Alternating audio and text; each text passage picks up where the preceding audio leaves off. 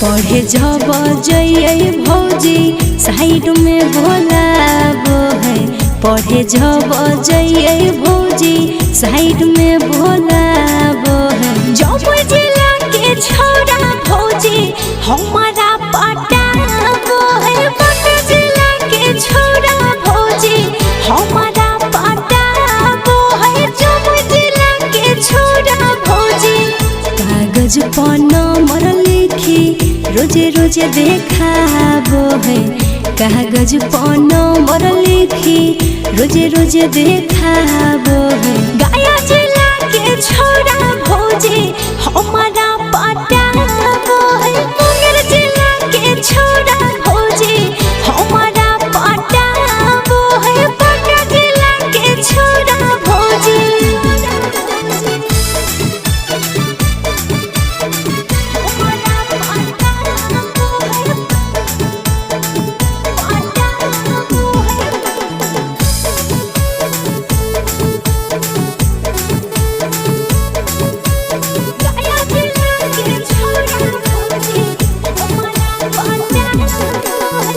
कई रंगा बाज छोरा तनियो नहीं डेराबो है।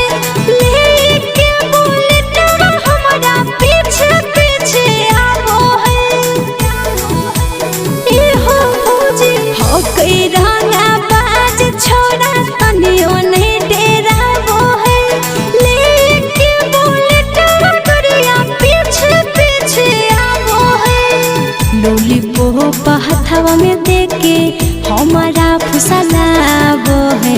लॉलीपॉप हथवा में देके हमारा फुसलाबो है। अवधा जिला के छोरा भौजी हमारा पटाबो है। भागलपुर के छोरा भौजी हमारा पटाबो है। खगड़िया के छोरा भौजी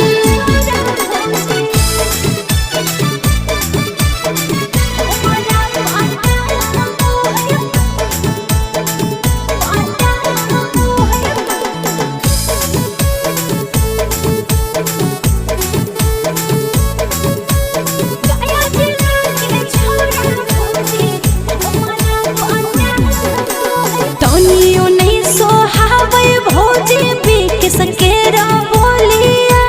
नंदन संगे घूमे लेके लौफन के टोलिया।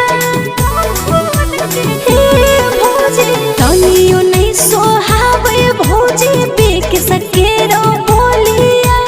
नंदन संगे घूमे लेके लौफन के टोलिया। कौन दन दीवाना से बात सब बताबो है। स्वर्गम सवेता से नजर मिलाबो है। लखीसराय के छोरा